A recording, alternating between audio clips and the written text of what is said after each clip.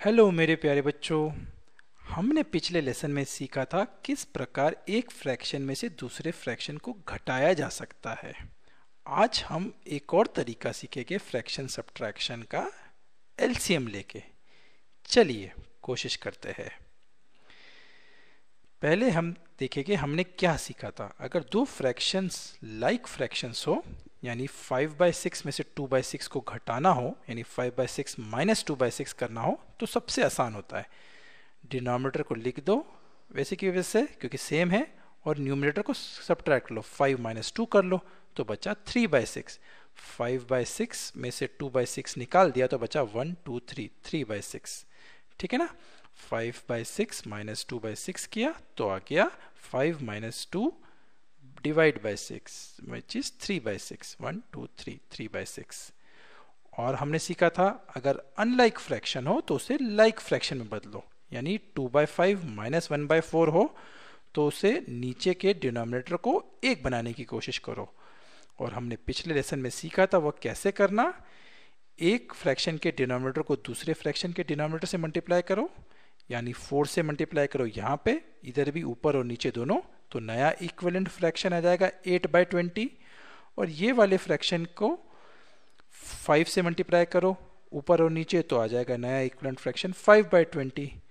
और क्योंकि अब डिनोमिनेटर बराबर हो गए 8/20 और 5/20, तो सब्ट्रैक्शन आसान हो गया। 8/20 माइनस 5/20 करना है, 20 लिख दिया, 8 माइनस 5 किया तो उत्तर आ गया 3/20। ठीक है ना। तो यह सब हमने पिछले लेसन में सीखा। पर अगर कुछ फ्रैक्शन थोड़े अलग तरीके हो, जैसे 9/10 माइनस 5/12 करना हो, तो ये तरीका जिसमें अपन दूसरे के डिनोमिनेटर को पहले से मल्टीप्लाई करते हैं तो थोड़ा मेहनत वाला हो जाए। जैसे यहाँ पे हमको करना हो तो 12 को यहाँ पे मल्टीप्लाई करना पड़ेगा और यहाँ पे 10 को मल्टीप्लाई करना पड़ेगा। तो अगर डिनोमिनेटर थोड़े बड़े बड़े हो तो अपन को 4 मल्टीप्लिकेशन करने पड़ेगा। 9 multiply by 12, 10 multiply by 12, 5 multiply by 10, 12 multiply by 10, और फिर सब्ट्रैक्शन करना पड़ेगा। तो क्या कोई और सरल तरीका हो सकता है? बिल्कुल। जिस प्रकार एडिशन को भी आप एलसीएम के द्वारा कर सकते हो, फ्रैक्शन सब्ट्रैक्शन को भी।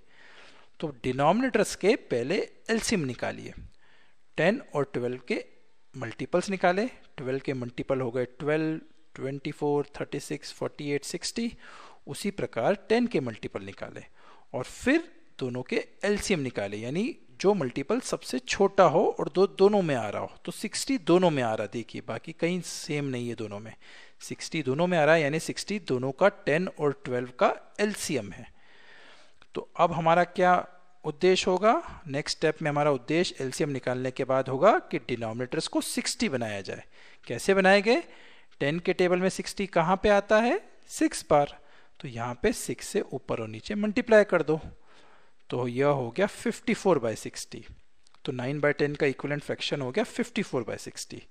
और 5/12 का हो गया ठीक उसी प्रकार, 12 के टेबल में 60 आता है 5 बार, तो हो गया 25/60।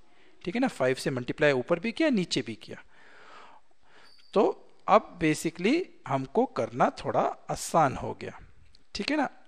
अब हम सीधे माइनस कर सकते हैं। 54/60 किया माइनस 25/60 किया, न्यूमरेटर को साथ में लिखा और 54 में से 25 को माइनस कर दिया।